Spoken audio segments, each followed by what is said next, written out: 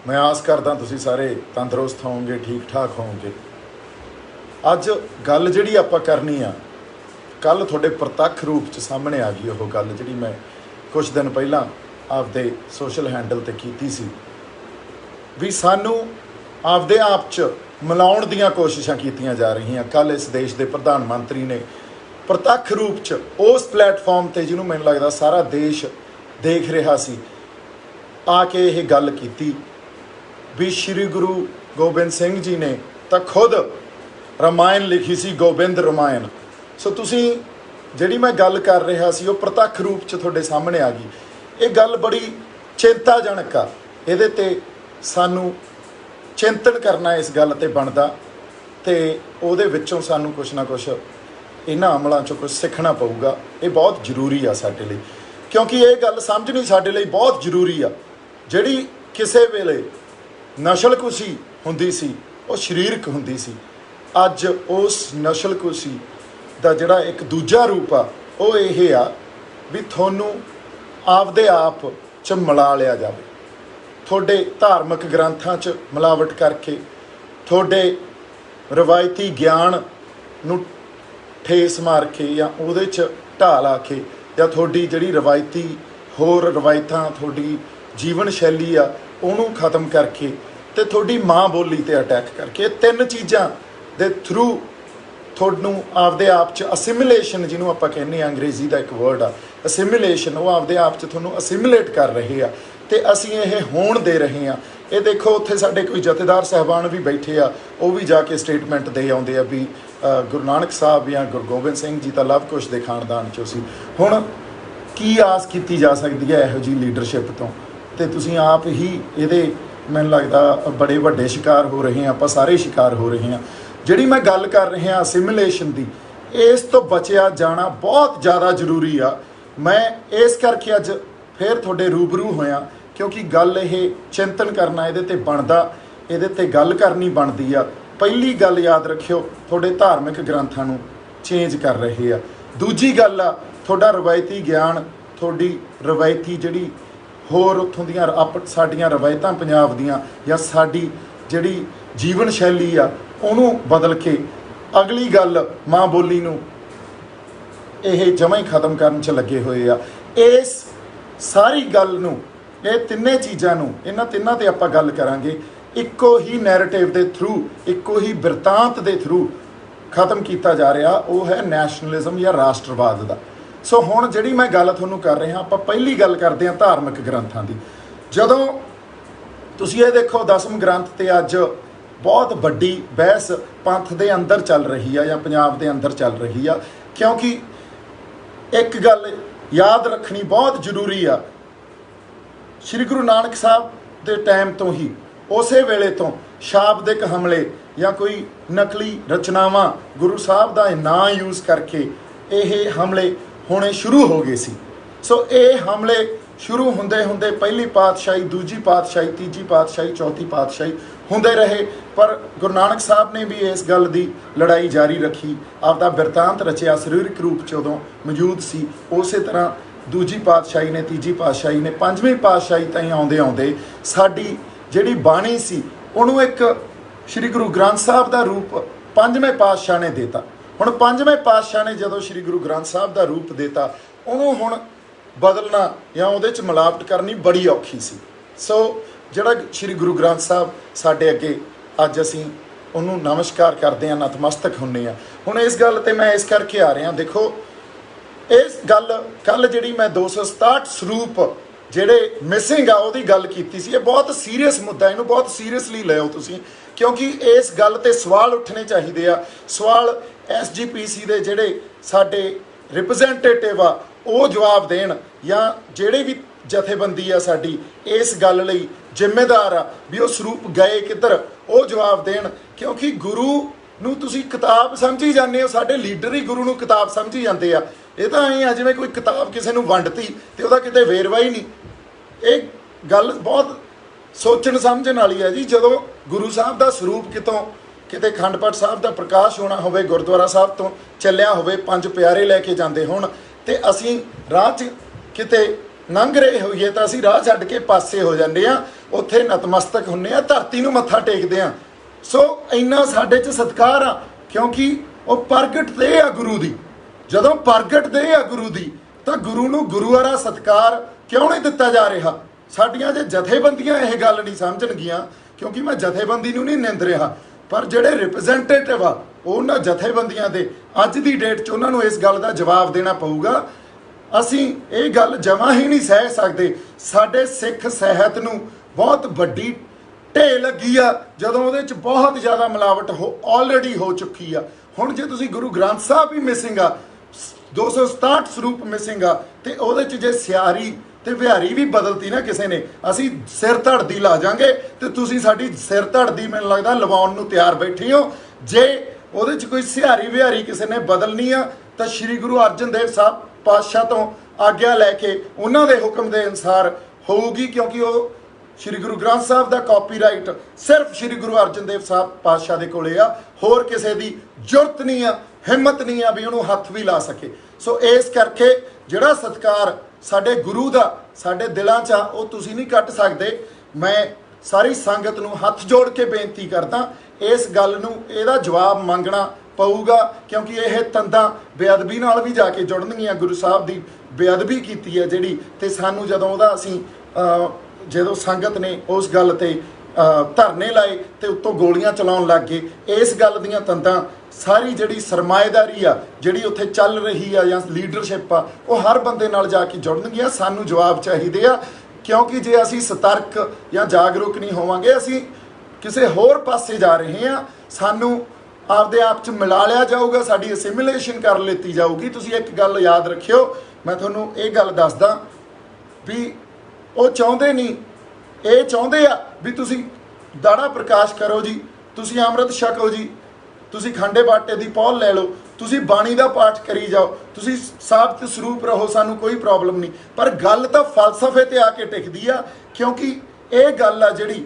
ਉਹ ਇਹ ਚਾਹੁੰਦੇ ਆ ਵੀ ਤੁਹਾਡਾ ਜਿਹੜਾ ਫਲਸਫਾ ਉਹ ਸਾਡੀਆਂ ਮਨੁਸਮ੍ਰਿਤੀਆਂ, ਸਾਡੇ ਵੇਦਾਂ 'ਚੋਂ ਨਿਕਲਿਆ ਹੋਇਆ ਫਲਸਫਾ। ਤੇ ਗੁਰੂ ਨਾਨਕ ਸਾਹਿਬ ਨੇ ਇਹ ਗੱਲ ਕਲੀਅਰ ਕਰਤੀ ਸੀ, ਨਾ ਹਮ ਹਿੰਦੂ ਨਾ ਮੁਸਲਮਾਨ। ਸੋ ਸਾਡੇ ਲਈ ਹਰ ਇੱਕ ਬਰਾਬਰ ਆ, ਪਰ ਸਾਨੂੰ ਨਾ ਤੁਸੀਂ ਇਸ ਤੱਕੜੀ 'ਚ ਤੱਲੋ ਨਾ ਉਸ ਤੱਕੜੀ 'ਚ ਤੱਲੋ। ਸਾਡੀ ਇੱਕ ਆਪਦੀ ਡਿਸਟਿੰਕਟ ਆਈਡੈਂਟੀਟੀ ਆ, ਵਿਲੱਖਣਤਾ, ਉਸ ਵਿਲੱਖਣਤਾ ਨੂੰ ਅਸੀਂ ਖਤਮ ਨਹੀਂ ਹੋਣ ਦੇਵਾਂਗੇ। ਸੋ ਲੜਾਈ ਸਾਰੀ ਇਸ ਗੱਲ ਦੀ ਹੈ ਜੀ, ਹੋਰ ਕੋਈ ਲੜਾਈ ਨਹੀਂ ਆ। ਇਸ ਕਰਕੇ ਸਾਰੀ ਸੰਗਤ ਨੂੰ, ਵਿੱਚੇ ਸਾਡੇ ਦਲਿਤ ਭਰਾਵਾਂ ਨੂੰ, ਵਿੱਚੇ ਸਾਡੇ ਹਿੰਦੂ ਭਰਾਵਾਂ ਨੂੰ ਮੇਰੀ ਹੱਥ ਜੋੜ ਕੇ ਬੇਨਤੀ ਆ, ਇਹ ਇਕੱਲੀ ਸਿੱਖਾਂ ਦੀ ਲੜਾਈ ਨਹੀਂ ਆ।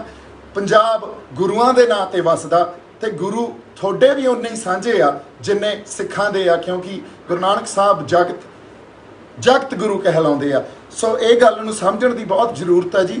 ਤੇ ਆਪਾਂ ਨੂੰ 267 ਸਰੂਪ ਜਿਹੜੇ ਮਿਸਿੰਗ ਆ ਉਹਦਾ ਜਵਾਬ ਲੀਡਰਸ਼ਿਪ ਤੋਂ ਲੈਣਾ ਪਊਗਾ, ਅਦਰਵਾਈਜ਼ ਇਹ ਗੱਲ ਨਹੀਂ ਬਣਨੀ। ਜਿੱਥੋਂ ਤੱਕ 10ਵੇਂ ਪਾਤਸ਼ਾਹ ਦੀ ਰਮਾਇਣ, ਗੋਬਿੰਦ ਰਮਾਇਣ ਲਿਖਣ ਦੀ ਗੱਲ ਆ, ਇੱਕ ਗੱਲ ਮੈਂ ਤੁਹਾਨੂੰ ਦੱਸ ਦਿੰਦਾ, ਵਿਸ਼ਵਾਸ ਰੱਖਿਓ 10ਵੇਂ ਪਾਤਸ਼ਾਹ 'ਚ ਅਸੀਂ ਅਨੰਦਪੁਰ ਸਾਹਿਬ ਦੇ ਵਾਸੀ ਹਾਂ। ਉਹਨਾਂ ਨੇ ਕਿਹਾ ਸੀ, ਉਹਨਾਂ ਨੇ ਇਹ ਵੀ ਗੱਲ ਕਹੀ ਸੀ, ਨਾ ਮੈਂ ਗਣੇਸ਼ੇ ਪ੍ਰਥਮ, ਇਹ ਗੱਲ ਆਪਣੇ ਇਹ ਮੈਂ ਤੁਹਾਨੂੰ ਦੁਬਾਰਾ ਇੱਕ ਵਾਰੀ ਮੇਰੇ ਇਹ ਆ ਜਾਣ ਤੋਂ ਜ਼ਹਿਨ 'ਚ, ਹਾਂ, ਨਾ ਮੈਂ ਗਣੇਸ਼ੇ ਪ੍ਰਥਮ ਮਨਾਉ ਕਿਸ਼ਨ ਬਿਸ਼ਨ ਕਬਹੂ ਨਾ ਧਿਆਉ। ਤੇ ਜਿਹੜਾ ਸਾਡਾ 10ਵੇਂ ਪਾਤਸ਼ਾਹ ਇਹ ਗੱਲ ਕਹਿ ਸਕਦੇ ਆ ਦੁਬਾਰਾ, ਇਹ ਗੱਲ, ਨਾ ਮੈਂ ਗਣੇਸ਼ੇ ਪ੍ਰਥਮ ਮਨਾਉ ਕਿਸ਼ਨ ਬਿਸ਼ਨ ਕਬਹੂ ਨਾ ਧਿਆਉ, ਤਾਂ ਇਹ ਗੱਲ ਹੀ ਕਲੀਅਰ ਆ, ਫਲਸਫਾ ਕਲੀਅਰ ਆ। ਖਾਲਸਾ ਮੇਰੋ ਰੂਪ ਹੈ ਖਾਸ, ਖਾਲਸੇ ਮੇਂ ਕਰੋ ਨਿਵਾਸ, ਖਾਲਸਾ ਮੇਰੇ ਪਿੰਡ ਪੁਰਾਣ, ਖਾਲਸਾ ਮੇਰੀ ਜਾਨ ਕੀ ਜਾਨ, ਖਾਲਸਾ ਮੇਰੋ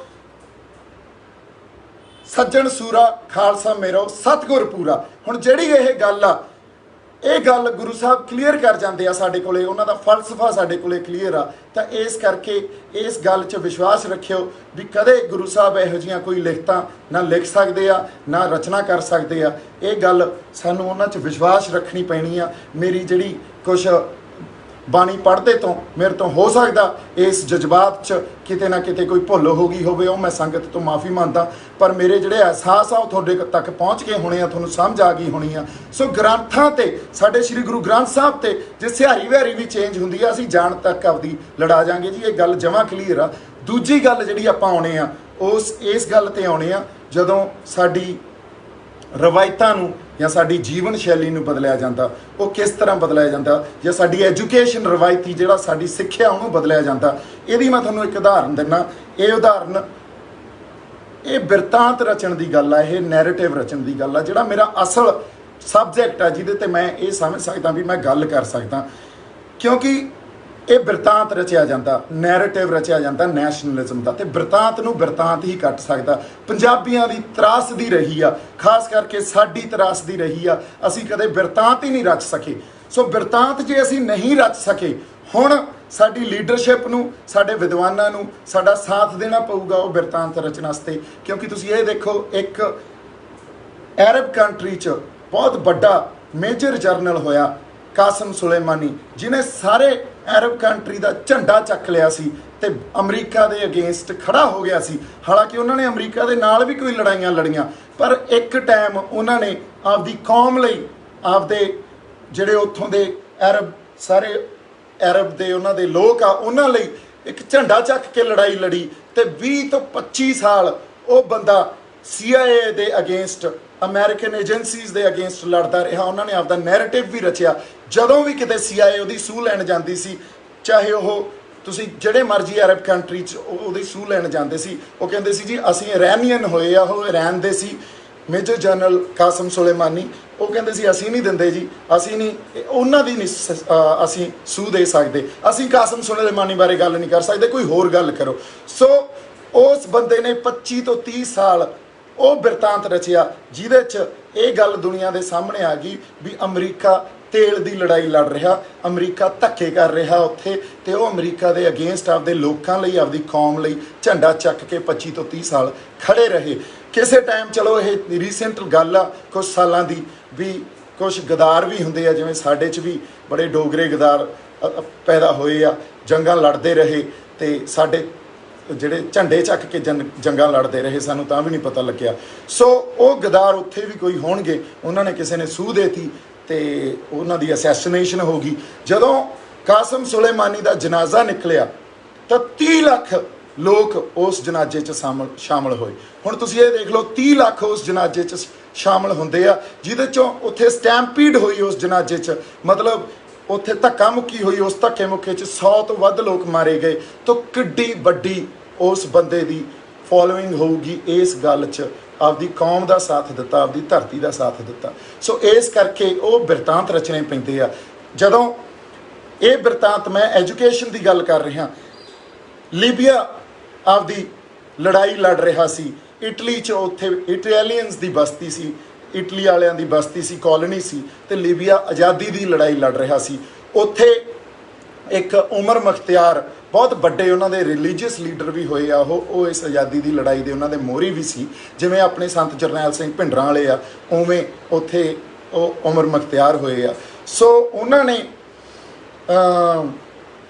ਪਹਿਲਾ ਜਿਹੜਾ ਵਿਸ਼ਵ ਯੁੱਧ ਸੀ, ਫਰਸਟ ਵਰਲਡ ਵਾਰ ਲੱਗ ਗਈ ਤੇ ਇਟਲੀ ਨੂੰ ਉਸ 'ਚ ਭਾਗ ਲੈਣਾ ਪਿਆ, ਬੜੇ ਵੱਡੇ ਪੱਧਰ ਤੇ ਭਾਗ ਲੈਣਾ ਪਿਆ। ਤਾਂ ਇਸ ਗੱਲ, ਜਦੋਂ ਇਟਲੀ ਨੇ ਇਹ ਸੋਚਿਆ ਵੀ ਹੁਣ ਸਾਨੂੰ ਇਹ ਬਸਤੀਵਾਦ 'ਚ ਲੜਾਈਆਂ ਨਹੀਂ ਲੜੀਆਂ ਜਾਣੀਆਂ, ਅਸੀਂ ਨਾ ਉੱਥੋਂ ਦੀ ਜਿਹੜੀ ਲੜਨ ਵਾਲੀ ਧਿਰ ਆ ਉਹਦੇ ਨਾਲ ਕੋਈ ਸਮਝੌਤੇ ਕਰ ਲੈਂਦੇ ਹਾਂ। ਸੋ ਲੜਨ ਵਾਲੀ ਧਿਰ ਵੀ ਉਦੋਂ ਤੱਕ ਇਹ ਸਮਝਦੀ ਸੀ ਵੀ ਚਲੋ ਅਸੀਂ ਬੈਠ ਕੇ ਕੁਛ, ਕਿਤੇ ਸਾਡਾ ਫੌ ਪੈ ਜੇ, ਹੱਥ ਪੈ ਜੇ। ਸੋ ਗੱਲ ਸਮਝੌਤੇ ਤੇ ਆ ਗਈ, ਬੈਠ ਕੇ ਆ ਗਈ ਇਹ ਗੱਲ ਆ ਗਈ ਵੀ ਚਲੋ ਆਪਾਂ ਐਂ ਕਰਦੇ ਹਾਂ, ਡਿਪਾਰਟਮੈਂਟ ਵੰਡ ਲੈਂਦੇ ਹਾਂ। ਸੋ ਉਹ ਕਹਿੰਦੇ ਠੀਕ ਆ ਜੀ, ਡਿਪਾਰਟਮੈਂਟ ਵੰਡ ਲਓ। ਜਿਹੜੇ ਉਮਰ ਮੁਖਤਿਆਰ ਸਾਹਿਬ, ਉਹਨਾਂ ਦੀ ਮੈਂ ਗੱਲ ਕਰਦਾ। ਡਿਪਾਰਟਮੈਂਟ ਵੰਡਣ ਤੇ ਗੱਲ ਆ ਗਈ ਤੇ ਉਹ ਕਹਿੰਦੇ ਦੱਸੋ ਕਿਹੜੇ ਕਿਹੜੇ ਡਿਪਾਰਟਮੈਂਟ ਚਾਹੀਦੇ ਆ। ਉਹ ਕਹਿੰਦੇ ਜੀ ਸਾਨੂੰ ਹੋਰ ਕੁਛ ਨਹੀਂ ਚਾਹੀਦਾ, ਸਾਨੂੰ ਸਿਰਫ ਤੁਸੀਂ ਐਂ ਕਰੋ, ਐਜੂਕੇਸ਼ਨ ਡਿਪਾਰਟਮੈਂਟ ਦੇ ਦਿਓ। ਹੁਣ ਜਦੋਂ ਇਟਾਲੀਅਨਸ ਨੇ ਇਹ ਗੱਲ ਸੁਣੀ ਵੀ ਐਜੂਕੇਸ਼ਨ ਡਿਪਾਰਟਮੈਂਟ ਦੇ ਦਿਓ, ਉਹ ਕਹਿੰਦੇ ਨਹੀਂ, ਇਹ ਨਹੀਂ ਦੇਣਾ ਅਸੀਂ, ਇਹ ਤਾਂ ਪਹਿਲਾਂ ਹੀ ਸਾਡਾ, ਤੁਸੀਂ ਹੋਰ ਜਿਹੜਾ ਮਰਜ਼ੀ ਲੈ ਲਓ। ਸੋ ਇੰਨੀ ਜ਼ਿਆਦਾ ਇੰਪੋਰਟੈਂਟ ਐਜੂਕੇਸ਼ਨ ਹੁੰਦੀ ਆ। ਅੱਜ ਜਿਹੜੀ ਨਵੀਂ ਇਹਨਾਂ ਨੇ ਸਿੱਖਿਆ ਪ੍ਰਣਾਲੀ ਹੁਣੇ ਪ੍ਰਪੋਜ਼ ਕੀਤੀ ਆ, ਜਾਂ ਹੁਣੇ ਜਿਹੜੀ ਲਾਗੂ ਕਰਨ ਜਾ ਰਹੇ ਆ, ਉਹ ਸਿਰਫ ਰਾਸ਼ਟਰਵਾਦ ਦੀ ਗੱਲ ਕਰਦੇ ਆ। ਉਹਦੇ 'ਚ ਪੰਜਾਬ ਦੀ, ਪੰਜਾਬੀਅਤ ਦੀ ਜਾਂ ਸਾਡੀ ਕੌਮ ਦੀ ਗੱਲ ਕਿਤੇ ਨਹੀਂ ਹੋਣੀ, ਜਾਂ ਹੋਰ ਕਿਸੇ ਖੇਤਰੀ ਭਾਸ਼ਾ ਦੀ, ਜਿਨ੍ਹਾਂ ਨੂੰ ਖੇਤਰੀ ਭਾਸ਼ਾ ਦਾ ਇਹ ਦਰਜਾ ਦਿੰਦੇ ਆ, ਜਾਂ ਹੋਰ ਕਿਸੇ ਜਿਹੜੇ ਘੱਟ ਗਿਣਤੀ ਵਰਗ ਦੀ ਗੱਲ ਕਿਤੇ ਨਹੀਂ ਹੁੰਦੀ।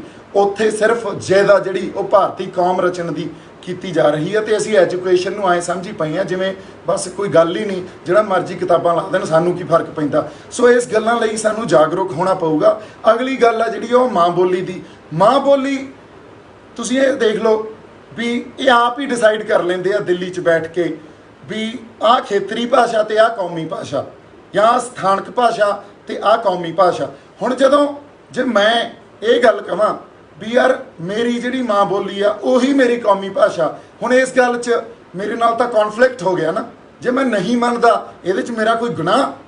ਸੋ ਤੁਸੀਂ ਇਹ ਦੇਖ ਲਓ ਵੀ ਆਪ ਹੀ ਕਾਨੂੰਨ ਬਣਾਉਣੇ, ਆਪ ਹੀ ਸੰਵਿਧਾਨਕ ਕਰਦੇ ਨੇ, ਆਪ ਹੀ ਉਹਨਾਂ ਕਾਨੂੰਨਾਂ ਨੂੰ ਲਾਗੂ ਕਰਨ ਵਾਸਤੇ ਵਾਇਲੈਂਸ ਜਾਂ ਫੋਰਸ ਕਰਨਾ ਲੋਕਾਂ ਨੂੰ, ਤੇ ਉਹਨੂੰ ਕੌਮੀਅਤ ਦਾ ਨਾਂ ਦੇਣਾ। ਤੇ ਜੇ ਮੈਂ ਕਹੂੰਗਾ ਵੀ ਮੇਰੀ ਜਿਹੜੀ ਮਾਂ ਬੋਲੀ ਆ ਉਹ ਪੰਜਾਬੀ ਆ ਜਾਂ ਮੇਰੀ ਕੌਮੀ ਬੋਲੀ ਪੰਜਾਬੀ ਆ, ਤੇ ਉਹਦੇ ਅਗੇਂਸਟ ਮੈਨੂੰ ਚੱਕ ਕੇ ਅੰਦਰ ਸਿੱਟ ਦੇਣਗੇ ਜਾਂ ਮੇਰੇ ਤੇ ਕੇਸ ਪਾ ਦੇਣਗੇ। ਮੇਰੇ ਤੇ ਮਤਲਬ ਕੋਈ ਵੀ ਬੰਦਾ ਹੋ ਸਕਦਾ ਜਿਹਦੇ ਅਧੀਨ ਸਾਨੂੰ ਤੁਸੀਂ ਦੇਖ ਲਓ। ਹੁਣ ਜੇ ਅਸੀਂ ਆਪਦੇ ਹੱਕਾਂ ਦੀ ਗੱਲ ਕਰਦੇ ਹਾਂ ਜਾਂ ਅਸੀਂ ਇਹ ਗੱਲ ਕਰਦੇ ਹਾਂ ਵੀ ਸਾਨੂੰ ਪੰਜਾਬ ਦੇ ਲਈ ਉਹਦੇ ਉੱਥੇ ਜ਼ਿਆਦਾ ਹੱਕ ਮਿਲਣੇ ਚਾਹੀਦੇ ਆ, ਸਾਨੂੰ ਪਾਣੀ ਮਿਲਣਾ ਚਾਹੀਦਾ, ਸਾਡੇ ਉੱਥੇ ਵਿਕਾਸ ਹੋਣਾ ਚਾਹੀਦਾ, ਸਾਡੀਆਂ ਜ਼ਮੀਨਾਂ ਨੂੰ ਤੁਸੀਂ ਕੰਟੈਮੀਨੇਟ ਕਰਤਾ, ਸਾਡਾ ਸਭ ਕੁਝ ਤੁਸੀਂ ਖੋਹ ਕੇ ਲੈ ਗਏ, ਤੇ ਸਾਨੂੰ ਇਹ ਕਹਿੰਦੇ ਆ ਵੀ ਤੁਸੀਂ ਦੇਸ਼ ਧਰੋਹੀ ਹੋ। ਤੇ ਜੇ ਅਸੀਂ ਸਰਹੱਦ ਤੇ ਲੜਦੇ ਹਾਂ ਤੇ ਅਸੀਂ ਤੁਹਾਡੇ ਲਈ ਉਦੋਂ ਦੇਸ਼ ਭਗਤ ਹੋ ਜਾਂਦੇ ਹਾਂ।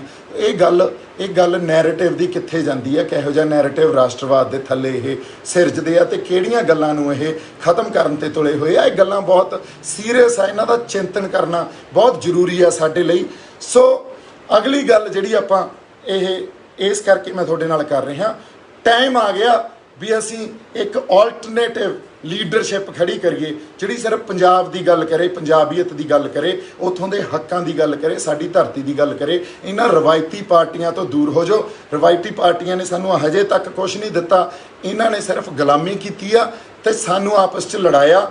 ਅਸੀਂ ਕੋਈ ਨਾ ਕੋਈ ਆਲਟਰਨੇਟਿਵ ਜਿਹੜਾ ਲੀਡਰਸ਼ਿਪ ਆ ਉਹ ਕ੍ਰੀਏਟ ਕਰਨੀ ਆ। ਇਸ ਗੱਲ 'ਚ ਸਿਰ ਜੋੜ ਕੇ ਬੈਠੀਏ, ਇੱਕ ਦੂਜੇ ਦੇ ਸਿਰ ਨਾ ਪਾੜੀਏ। ਮੇਰਾ ਕਿਸੇ ਨਾਲ ਕੋਈ ਵੈਰ ਨਹੀਂ, ਜਿਵੇਂ ਮੈਂ ਕਹਿੰਦਾ ਹੁੰਦਾ, ਕਿਸੇ ਕਾਂਗਰਸੀ ਨਾਲ, ਕਿਸੇ ਬੀਜੇਪੀ ਵਾਲੇ ਨਾਲ, ਕਿਸੇ ਅਕਾਲੀ ਨਾਲ, ਕਿਸੇ ਆਪ ਪਾਰਟੀ ਵਾਲੇ ਨਾਲ ਕੋਈ ਵੈਰ ਨਹੀਂ। ਮੇਰੀ ਸਿਰਫ ਗੱਲ ਪੰਜਾਬ ਤਾਈਂ ਆ, ਸਾਡੀ ਪੰਜਾਬ ਦੇ ਲੋਕਾਂ ਤਾਈਂ ਆ। ਇਸ ਕਰਕੇ ਜਿਹੜੇ ਆ ਰਵਾਇਤੀ ਪਾਰਟੀਆਂ ਦੇ ਨਾਲ ਜੁੜੇ ਆ, ਉਹ ਸਾਰੀ ਸੰਗਤ ਨੂੰ ਮੇਰੀ ਹੱਥ ਜੋੜ ਕੇ ਬੇਨਤੀ ਆ, ਬਾਈ ਜੀ ਸਾਡੇ ਨਾਲ ਆਓ, ਸਾਡਾ ਸਾਥ ਦਿਓ। ਤੁਹਾਡਾ ਸਾਥ ਬਹੁਤ ਜ਼ਰੂਰੀ ਆ, ਇੱਕ ਬੰਦਾ ਜ਼ਰੂਰੀ ਆ, ਇੱਕ ਬੰਦਾ ਬੇਸ਼ਕੀਮਤੀ ਆ। ਸੋ ਇਹੀ ਗੱਲਾਂ ਮੈਂ ਤੁਹਾਡੇ ਨਾਲ ਸਾਂਝੀਆਂ ਕਰਨੀਆਂ ਸੀ। ਇਹ ਗੱਲਾਂ ਇਸ ਕਰਕੇ ਸਾਂਝੀਆਂ ਕਰਨੀਆਂ ਜ਼ਰੂਰੀ ਆ ਕਿਉਂਕਿ ਕੱਲ੍ਹ ਹੀ ਜਿਹੜਾ ਬਿਆਨ ਆਇਆ ਪ੍ਰਧਾਨ ਮੰਤਰੀ ਸਾਹਿਬ ਦਾ ਵੀ ਗੁਰੂ ਗੋਬਿੰਦ ਸਾਹਿਬ ਨੇ, ਸ਼੍ਰੀ ਗੁਰੂ ਗੋਬਿੰਦ ਸਾਹਿਬ ਨੇ ਦੇਖੋ ਗੋਬਿੰਦ ਰਾਮਾਇਣ ਲਿਖੀ ਸੀ। ਕੋਈ ਇਹੋ ਜਿਹੀ ਗੱਲ ਨਹੀਂ ਆ, ਤੁਸੀਂ ਕਿਸੇ ਭਰਮ 'ਚ ਨਾ ਪਿਓ, ਵਿਸ਼ਵਾਸ ਰੱਖਿਓ, ਸਾਡੇ ਪਿਤਾ ਤੇ ਵਿਸ਼ਵਾਸ ਰੱਖਿਓ, ਸਾਡੇ ਸਤਿਗੁਰ ਸੱਚੇ ਪਾਤਸ਼ਾਹ 10ਵੇਂ ਪਾਤਸ਼ਾਹ ਤੇ ਵਿਸ਼ਵਾਸ ਰੱਖਿਓ। ਉਹ ਸੂਰਾ ਉਹ ਸੀ ਜੋ ਪਹਿਚਾਨੀਏ ਲੜੇ ਦੀਨ ਕੇ ਹੇਤ ਵਾਲੀ ਗੱਲ ਆ। ਸੋ ਇਸ ਕਰਕੇ ਮੈਂ ਇਹੀ ਅਰਦਾਸ ਕਰਨੀ ਆ, ਤੁਹਾਨੂੰ ਵਿਸ਼ਵਾਸ ਬਣਾਈ ਰੱਖਿਓ, ਸਾਥ ਬਣਾਈ ਰੱਖਿਓ। ਅਸੀਂ ਪੰਜਾਬ ਲਈ ਲੜਨਾ, ਪੰਜਾਬੀਅਤ ਲਈ ਲੜਨਾ, ਸਾਡੀ ਧਰਤੀ ਲਈ ਲੜਨਾ ਤੇ ਸਾਡੇ ਲੋਕਾਂ ਲਈ ਲੜਨਾ। ਵਿੱਚ ਮੈਂ ਜਜ਼ਬਾਤੀ ਹੋ ਜਾਂਦਾ, ਪਰ ਜਜ਼ਬਾਤ ਵੀ ਸਾਡੇ ਅੰਦਰ ਹੀ ਵਸੇ ਆ ਤੇ ਉਹਨਾਂ ਨੂੰ ਹੁਣ ਕੱਢ ਕੇ ਕਿਵੇਂ ਸਿੱਟ ਦਈਏ। ਤੇ ਜਿਉਂਦੇ ਵਸਦੇ ਰਹੋ। ਮੇਰੇ ਵੱਲੋਂ ਬਹੁਤ ਸਾਰਾ ਪਿਆਰ ਤੇ ਸਤਿਕਾਰ।